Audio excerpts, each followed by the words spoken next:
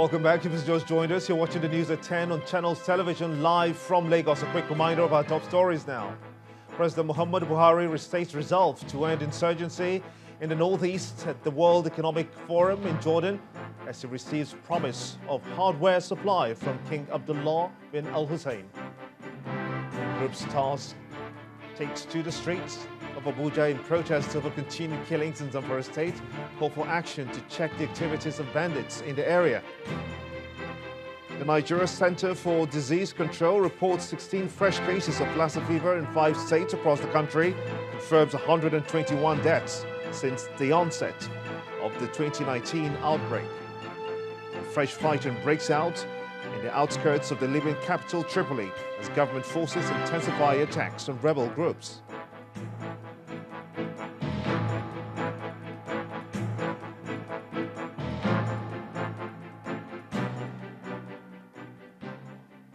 ChannelsTV.com has more information for you, and on YouTube.com/ChannelsWeb you can watch our videos.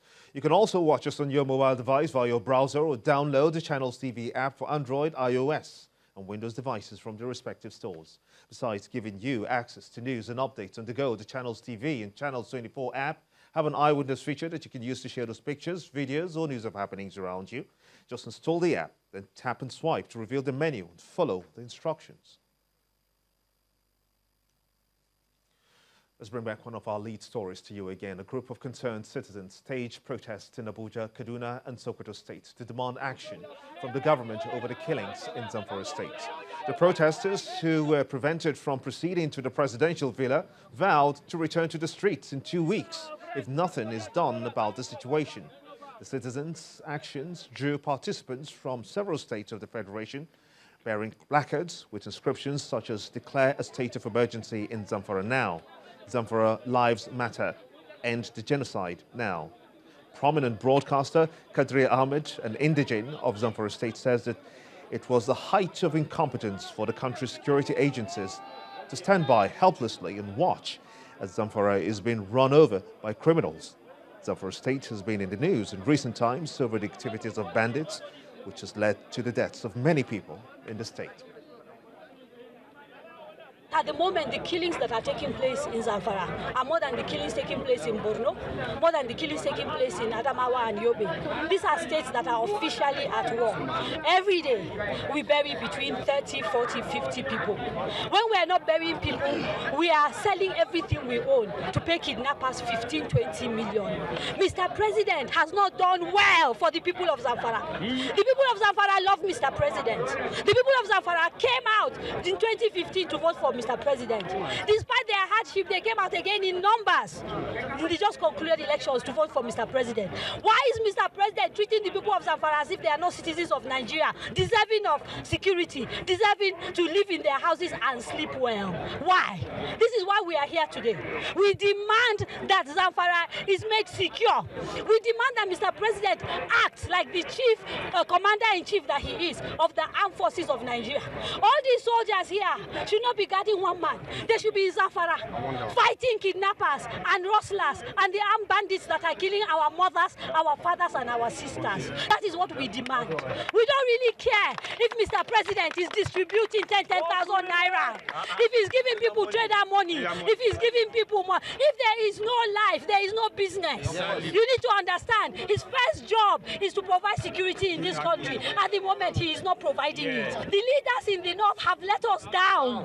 We don't have leaders. All the northern governors put together are not talking about the fact that the north has gone to the dogs. So we the people have decided to take our lives into our hands and come and protest. And we will keep protesting until something is done. Because enough is enough.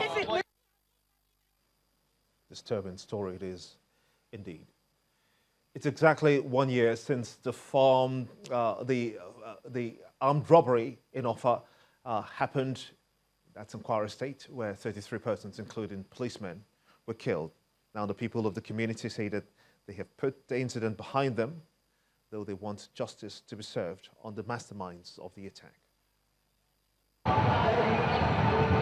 Offa, located in Kwara State, with a population of about 90,000 people that get their daily bread from trading. 5th of April 2018 is a day that will not be easily forgotten by the people of Offa as a result of the various bank robberies that claimed about 30 lives. This man, Olani Tinoye, is one of the survivors of the dastardly act. He narrates how he survived.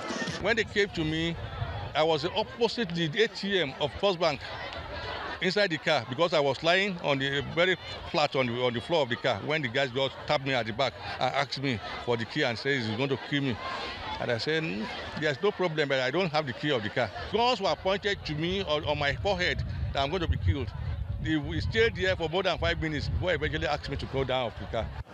Even though the community has taken it upon itself to build a mobile police barracks in order to fortify its security, the Olofa of Offa appeals for better security across the state. We quickly make provisions for a mobile barrack, which was since completed and handed over to the IG. That makes the banks to quickly resume their normal activity. The security is not enough because the armed robbers spent like an hour with nobody to challenge them. So I just will only tell the government to ensure or add more security to every community, not only Offa. Normal activities have since returned to Offa, but residents say justice must be served, and this lawmaker couldn't agree more. The little we can do at the state level, we are doing it. Those are the national too did their own. We are trying to make sure that it will never reoccur itself. But it is important that those that are behind this occurrence should not go unpunished. Very important, because this is the only thing that can prevent the occurrence of such an. 5 suspects are currently standing trial at the Kwara State High Court, Ilorin, over the robbery incident. And residents of the state are hoping that the perpetrators are brought to book. A report released last November by the UK-based Overseas Development Institute says that almost 40% of sub-Saharan African countries are in danger of slipping into a major debt crisis. Among the African states facing this debt danger is Nigeria, the continent's largest economy, which the African Development Bank describes as one with a moderate risk of debt distress. In this report, Channels Television's business news editor, Bosa Nomofai, highlights where Nigeria is on debt sustainability issues and the struggle to escape a debt trap.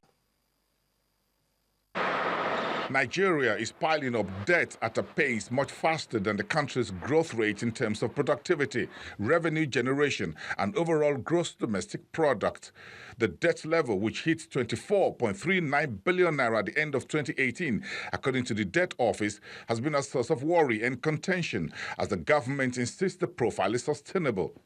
This week, the head of the Debt Office, Patience Onihar, provided some updates. Interest rates have come down significantly, again, partly due to what we did of returning money back to the market. And thankfully, the Central Bank of Nigeria has dropped the monetary policy rate. Okay, so this is a good time to go back to that strategy of avoiding the risk associated with refinancing. When the government operates in the market, it creates a platform for other borrowers. So once we issue a 30-year bond, it then immediately means that other borrowers who are eligible means credit worthy, because the investor will be looking at all of those, can also issue a 30-year bond. In the past 4 years, the Buhari's administration has focused on road, rail, and ports infrastructure, which are largely financed by concessionary foreign debt, with some bonds raised through the capital market. But economists and analysts are worried more about debts that go into consumption, such as salaries and wages, pensions, petrol subsidies, arrears, and so on. These monies are sourced from the debt market, where the government is paying an average of 14% through regular sale of treasuries and bond papers. And it is therefore unsatisfactory. All these borrowings are reflected in the country's annual budget, in which deficit financing is consuming some 60% of revenue, leaving little for meaningful development. For the current year 2019, the Minister of Budget and National Planning, Udoma, gave some warnings. In emerging markets and developing economies, inflation is slowing down because in Nigeria it is slowing down, as the pass-through effects of earlier currency depreciations are waning. However, some non-economic factors could undermine medium-term prospects, which include geopolitical tensions, extreme weather events, terrorism, and security concerns. The administration, however, understands the threat of the high cost of local borrowing and its consequences on the private sector and overall economy. Following up on the local debt restructuring program announced in September of 2017, the Debt Office has announced plans to float new 30-year Naira bonds that would deepen foreign inflows into the economy over a longer period of time and reduce pressure on the government. In addition, the central bank on Thursday says plans are in place to devise new means of liquidity management and reduce the expense of borrowings in the domestic market. As President Buhari prepares for his second term in office, balancing the country's rising debt profile in the face of record spendings on capital and recurrent expenditure, debt servicing, and sluggish revenue growth, among other factors, will be one huge task for his team of economic managers. Boasting Omofaye, Channels Television News. We will have more on Nigeria's debt profile in the course of this bulletin. In the meantime, the Rivers State government appears to be refocusing on finishing vital projects and bringing development to the people after a tense electoral process in the state. The state governor, Mr. Nyesom Wike, explained this during an inspection of some vital projects in Port Harcourt in company of the senator representing Abia North Senatorial District. According to the governor, bringing projects to the benefit of the people and the poor will have priority in his administration. Our correspondent Emmanuel Ray reports. Workers on site at the judges' quarters in Port Harcourt, Rivers State, chose to welcome the governor with solidarity signs. It is his first inspection tour of some project sites across the state capital after emerging winner of the just concluded governorship election in the state.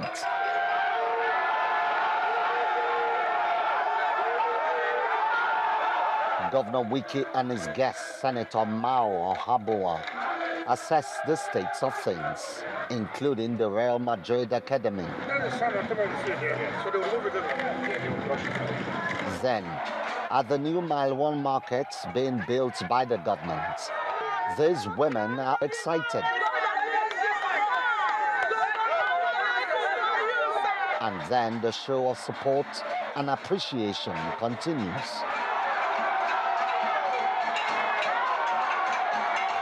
We have been to not less than 4 projects. You can see the spontaneous reactions of people. We are the Real Madrid Academy, we are the judges' quarters, we are the Mile 1 market, now we are the Full Garden market. And these are projects that will touch the lives of the common men. Women. It's not only for the rich. And for us, we'll continue to give them the best. This is exactly what you call democracy in action. I don't think there is a better way to pay the people back and to appreciate than to do projects that will impact on the people positively. And you can see, like you said, the outpour of love, genuine love. The government is looking to deliver these projects by May as the people look forward to more development in the next 4 years. Emmanuel Irene, Channels Television News. When the News at 10 returns, analysts ask government to shelve plans for increase in value-added tax and harness opportunities in the informal economy. That's some business news. Join us again.